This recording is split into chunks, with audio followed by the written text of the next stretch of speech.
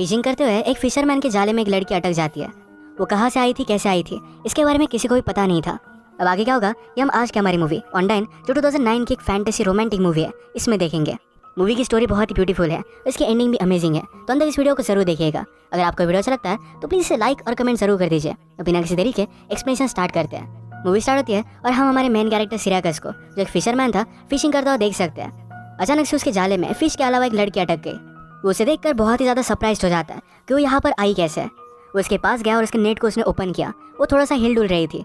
वो अभी जिंदा है पर उसके फेफड़ों में पानी भर गया था, तो सर्कस इसे निकालने में हेल्प करता है। वो बेचारी बहुत ही डर चुकी थी, उसे लग रहा था कि वो ऑलरेडी मर चुकी है, पर सर्कस उसे यकीन दिलवाता है कि अब भी वो जिंदा है। वो यहाँ पर कैसे आई और उसका नाम क्या था ये भी उसे पता नहीं है। सर्कस को लोग सर्कस भी बुलाया करते हैं, तो मैं यहाँ पर उसे सर्कस बुलाता हूँ। सर्कस ने उस लड़की से कहा कि मुझे तुम्हें हॉस्पिटल में लेकर जाना पड़ेगा, पर इसके लिए लड़की मना करती है। सर्कस मान नहीं रहा था तो डायरेक्टली पानी में कूदने की तैयारी कर रही थी, तो सर्कस उसकी बात मान लेता है। वो लड़की किसी को भी देखना नहीं चाहती थी, तो सर्कस ने उसे कहा मैं एक जगह जानता हूँ जहाँ पर तुम्हें कोई भी डिस्टर्ब नहीं करेगा। सर्कस फिर उसे अपने मदर के घर पर लेकर आता है। उसकी मदर की डेथ कुछ सालों पहले ही हो चुकी थी। उसे भी अकेला रहना बहुत ही पसंद था, इसी वजह से उस लड़की को भी यहाँ पर वो लेकर आया। अपना लंच उसे दे देता है। वो जरा लेट हो चुका था और आज उसे अपनी बेटी को डॉक्टर के पास लेकर जाना था, तो यहाँ से वो निकल गया। उसकी वाइफ मोरा का और उसका डिवोर्स हो चुका है। उन्हें एक बेटी है जिसका नाम है एनी। एनी की किडनी खराब है, तो उसे ट्रांसप्लांट की जरूरत है। जब तक मैच नहीं मिल जाता तब तक उसे डायलिसिस करना पड़ेगा। इसी के लिए सर्कस उसे आज डॉक्टर के पास लेकर जा रहा था।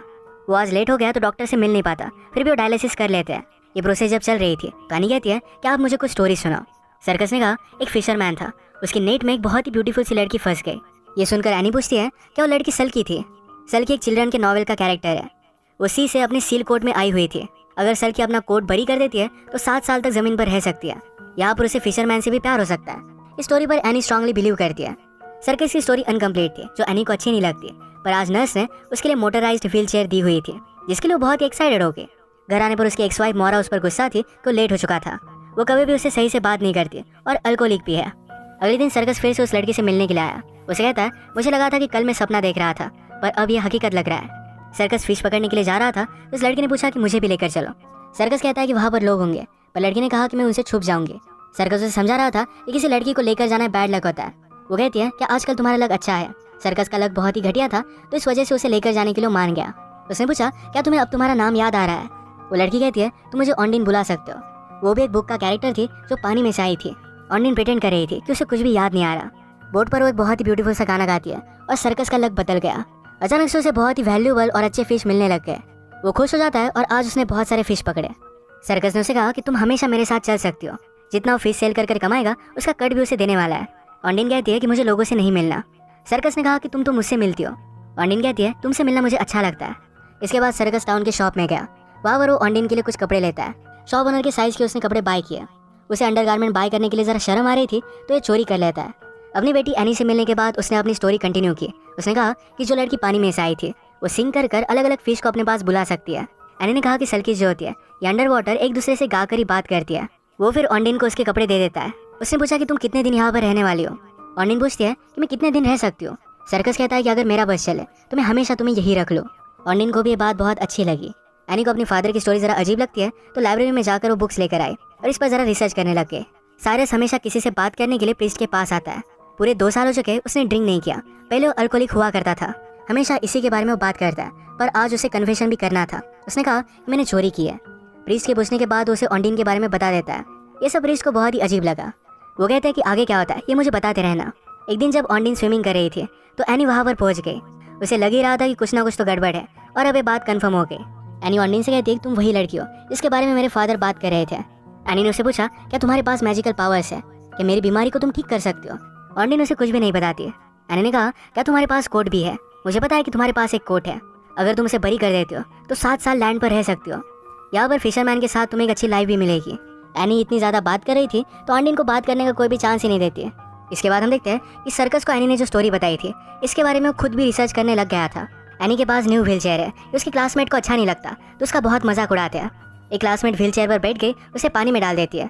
एनी इसके खिलाफ कुछ भी नहीं करती है। वैसे भी उसके एज से वो बहुत ही ज़्यादा मैच्योर है। इसके बाद हम हमारी स्टोरी में एक स्ट्रेंजर को देखते हैं। इस टाउन में ऑन्डिन को ढूंढते हुए पहुंच गया था। एक दिन फिर से सर्कस ऑन्डिन को अपने साथ शिप पर लेकर जाता है। ये शिप कैसी चलानी है ये भी ऑन्डिन सीखने लग गए थे। एक दूसरे के करीब आने लग गए थे। ऑन्डिन फिर से एक बहुत ही ब्यूटीफुल सा गाना गाती है और आज फिर से इन्हें बहुत अच्छे फिश मिले थे। जो फिश नॉर्मल नेट में पकड़ना इम्पॉसिबल होता है वो भी नेट में आ गए थे। अचानक से कुछ कोस्ट गार्ड सर्कस की बोट पर आके ऑन्डिन को जल्दी से छुपा देता है। वो सर्कस से पूछता है नॉर्मल नेट से तुम फिश पकड़ कैसे सकते हो। वो नेट चेक करने के लिए गए और उसके नीचे ही ऑन्डिन थी। सर्कस कहता है किसी लड़की को बोट पर लाना क्या कोई क्राइम है। वो कहते हैं कि ऐसा कुछ भी नहीं है। वो यहाँ से चले गए पर इनका टाउन बहुत ही छोटा है, छोटी छोटी बातें सब लोगों को पता चल जाती है। सर्कस ने ऑन्डिन से कहा अब सब लोगों को तुम्हारे बारे में पता चल जाएगा, छुप कर रहने में कोई भी पॉइंट नहीं है। जब वे सिटी में पहुंचते तो सब लोग उसे ही देख रहे थे। ऑन्डिन कहती है कि बहुत ही अजीब है, अगर आप अच्छे दिखते हो और सब आपको घूरते तो अच्छा लगता है। उसे नहीं लगता था कि वो ब्यूटीफुल है, पर सर्कस कहता है तुम बहुत ही ज़्यादा ब्यूटीफुल हो। इसके बाद सबके सामने ऑन्डिन सर्कस के साथ घूमने लग गए। टाउन में दोनों एनी से भी मिलते हैं। इन्होंने कहा कि हम दोनों ऑलरेडी मिल चुकी है। सर्कस ने ऑन्डिन के लिए लाए हुए कपड़े इतने ज़्यादा अच्छे फिट नहीं थे, तो ऑन्डिन शॉपिंग करने के लिए आती है। उन्होंने अच्छे अच्छे कपड़े बाय कर लिए। एनी को लगता है कि ऑन्डिन और उसके लोग हमेशा बहुत ही अच्छे से ड्रेस करते हैं। वो हमेशा उसे सी क्रिएचर ही समझती है। एक दिन ऑन्डिन ने एनी से कहा कि तुम स्विम क्यों नहीं करती, इससे तुम्हें बहुत ही रिलैक्स लगेगा। एनी पानी से डरती थी पर ऑन्डिन के साथ नहीं। इसके बाद ये दोनों स्विमिंग करने के लिए चले गए। एनी को स्विम कर बहुत अच्छा लगता है, पर अचानक से ऑन्डिन के पैर को कुछ लगा। ये एक नेट था और इस नेट में और कुछ है। ये सब कुछ ऊपर रख देती है। एनी को लगता है कि ऑन्डिन का सील कोट है। उसे कहती है हम इसे गाड़ देते हैं, यानी कि तुम 7 साल तक यहाँ पर रह सकती हो। इसके लिए ऑन्डिन भी मान गए। एक जगह पर इन्होंने उन्हें गाड़ दिया। ये सब जब बोट पर थे तो एनी ऑन्डिन से पूछते हैं तुम्हारा हस्बैंड कहाँ है। तुम्हें हस्बैंड होगा पर तुम्हें इसके बारे में पता नहीं है। एक्चुअल में जो आदमी ऑन्डिन को ढूंढ रहा है वो उसका हस्बैंड ही है। आज इनके यहाँ पर एक कॉम्पिटिशन थी तो सब लोग मिलकर इसे एंजॉय करते हैं। यहाँ पर ऑन्डिन का हस्बैंड भी आया हुआ था। एनी ने ऑन्डिन से फिर से पूछा क्या तुम मेरी विश कंप्लीट कर सकती हो। ऑन्डिन उसे कुछ भी बोल नहीं रही थी, तो एनी डिसाइड करती है कि उसे टेस्ट करेगी। अपने व्हील चेयर से वो डायरेक्टली पानी में कूद के तो ऑन्डिन उसे बचा लेती है। ये सब ऑन्डिन के हस्बैंड ने देख लिया था। एनी की हालत जब मोरा ने देखी तो सर्कस पर बहुत ज़्यादा गुस्सा हो गई थी। उसे लगता है कि ये सब ऑन्डिन की वजह से हो रहा है। घर आने के बाद ऑन्डिन सर्कस से पूछती है तुम्हारा नाम तो सैराकस है, तुम्हें सब लोग सर्कस क्यों बुलाते हैं। सैराकस कहता है कि मैं सर्कस में काम करता था और बहुत ज़्यादा पिया करता था। ऑन्डिन ने पूछा कि तुमने स्टॉप क्यों कर दिया। सर्कस कहता है कि एक दिन मेरी वाइफ बहुत ही ज़्यादा ड्रंक हो गई थी। एनी घर पर बेहोशी की हालत में पड़ी हुई थी। वो खुद भी बहुत ज़्यादा ड्रंक था। वो अपनी बेटी का अच्छे से ख्याल रखना चाहता है, तो उसके बाद से उसने दारू पीना छोड़ दिया। उसे फिर भी एनी की कस्टडी नहीं मिली थी क्योंकि वो सिर्फ एक फिशरमैन है। ये सब सुनने के बाद ऑन्डिन उसके पास आ गई और ये दोनों इंटीमेट हो जाते हैं। ऑन्डिन की लाइफ में जो भी चल रहा था ये सारी चीज़ें वो प्रीस्ट को बताता है। अगर वो किसी से बात ना करे तो उसके लिए बहुत ही मुश्किल हो जाता है। ऑन्डिन के हस्बैंड ने सर्कस के पास आकर उसे बात करने की कोशिश की। ऑन्डिन कहाँ रह रही है इसके बारे में जानने की कोशिश की, पर सर्कस उसे डायरेक्टली इग्नोर कर देता है। एक दिन ऑन्डिन का हस्बैंड उसे ढूंढते हुए डायरेक्टली घर पर पहुंच गया। वो बहुत ही ज़्यादा डर गई थी। पीछे के दरवाजे से वहाँ से भाग जाती है। थोड़ी देर में सर्कस जब घर पर आया तो ऑन्डिन को ढूंढ नहीं पाता। अलग अलग जगह पर उसने उसे देखा तो स्टीम के पास बैठी हुई थी। वो उसे बता देती है कि मेरा हस्बैंड मुझे लेने के लिए आ चुका है। ऑन्डिन ने कहा कि मैं अगर विश कंप्लीट कर पाती तो मैं चाहती कि एनी की बीमारी चली जाए। सर्कस कहता है मैं भी विश करता हूँ तुम हमेशा यहाँ पर रह जाओ। आजाद फिर से मोरा और उसका हस्बैंड बहुत ही ज़्यादा ड्रंक हो गए थे। वैसे ही वो गाड़ी में एनी के साथ घर पर आ रहे थे। तभी हम देखते हैं कि ऑन्डिन का हस्बैंड भी बहुत ही फास्ट गाड़ी चला रहा था। इन दोनों का अपना गाड़ी पर कंट्रोल नहीं था तो एक्सीडेंट हो जाता है। इस एक्सीडेंट में मोरा के हस्बैंड एलिस की तुरंत डेथ हो गई थी। वो और ऑन्डिन का हस्बैंड ये दोनों बहुत ही इंजर्ड थे। इसके बारे में पता चलने के बाद सर्कस और ऑन्डिन ये दोनों जल्दी से हॉस्पिटल में पहुंच गए। डॉक्टर ने सर्कस से कहा कि मोरा के हस्बैंड की किडनी एनी से मैच कर रही है। वो एक डोनर भी था तो एनी को एक न्यू किडनी मिल गई। ये वही विश थी जो अभी अभी ऑन्डिन ने की थी। हॉस्पिटल में ऑन्डिन का हस्बैंड भी था। ये दोनों मिले। हस्बैंड ने कहा कि मेरे साथ चलो, हम यहाँ पर बिलोंग नहीं करते। ऑन्डिन कहती कि पुलिस मुझसे बात करना चाहते हैं, मैं यहाँ से नहीं जा सकती। उसे खुद जाना भी नहीं था। नेक्स्ट डे में मोरा के हस्बैंड का फ्यूनरल हुआ। वो खुद ड्राइव कर रही थी, इस वजह से अपने आप को जिम्मेदार मानती है। वो अब एनी का ख्याल नहीं रखना चाहती तो सर्कस को सारी रिस्पॉन्सिबिलिटी दे देती है, पर सिर्फ एक कंडीशन पर। ये कंडीशन थी कि सर्कस ऑन्डिन के साथ नहीं रहे। सर्कस के लिए डिसीजन लेना बहुत ही हार्ड था, तो मोरा ने कहा कि आज मेरे साथ ड्रिंक करो। उसे ड्रिंक किए 2 साल हो गए, पर फिर भी उसे उसके साथ ड्रिंक करना पड़ता है। आज रात वो बहुत ही ज़्यादा ड्रंक हो गया और डायरेक्टली ऑन्डिन के पास आया। वो उसे कहता है कि मैं तुम्हें तुम्हारे घर लेकर जा रहा हूँ, तुम यहाँ पर मेरे साथ बिलोंग नहीं करती। जिस आइलैंड के पास उसे मिली थी वहाँ पर घसीटते घसीटते ज़बरदस्ती लेकर गया। वो कहता है कि तुम यहाँ पर सेफ हो। ये सब करते हुए सर्कस का दिल बहुत ही ज़्यादा टूट रहा था, पर फिर भी उसे करना पड़ेगा। अपनी ड्रंक हालत में सर्कस ने अपनी रात पेड़ पर बिताई। ये सब चीज़ें प्लीज देख लेता है। उसे सर्कस के बारे में सब कुछ पता था। उसे कहता है क्या तुम्हें पता है कि तुम्हारा प्रॉब्लम क्या है। तुम हमेशा गम में रहते हो। गम में रहना बहुत ईजी होता है, पर हैप्पीनेस ढूंढना इसके लिए हमें मेहनत करनी पड़ती है। यानी कि अगर ऑन्डिन के साथ उसे रहना है तो उसे फाइट करना पड़ेगा, अपनी खुशी के लिए उसे लड़ना पड़ेगा।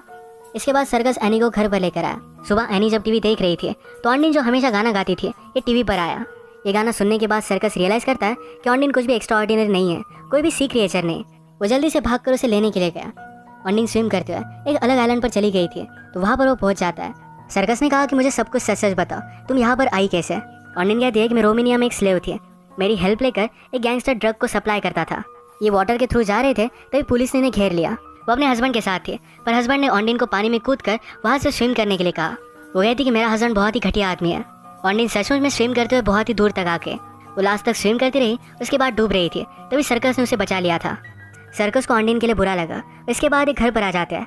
घर पर ऑन्डिन का हस्बैंड ऑलरेडी मौजूद था। उसके साथ एक आदमी इन सबको धमकाता है कि मुझे मेरे ड्रग्स चाहिए। हमने मूवी में देखा था कि ऑन्डिन को पानी में कुछ मिला था जिसे उन्होंने गाड़ दिया था। ये वही बैग है। ऑन्डिन कोऑपरेट करती है पर उसकी जगह पर उसे बैग मिलता ही नहीं।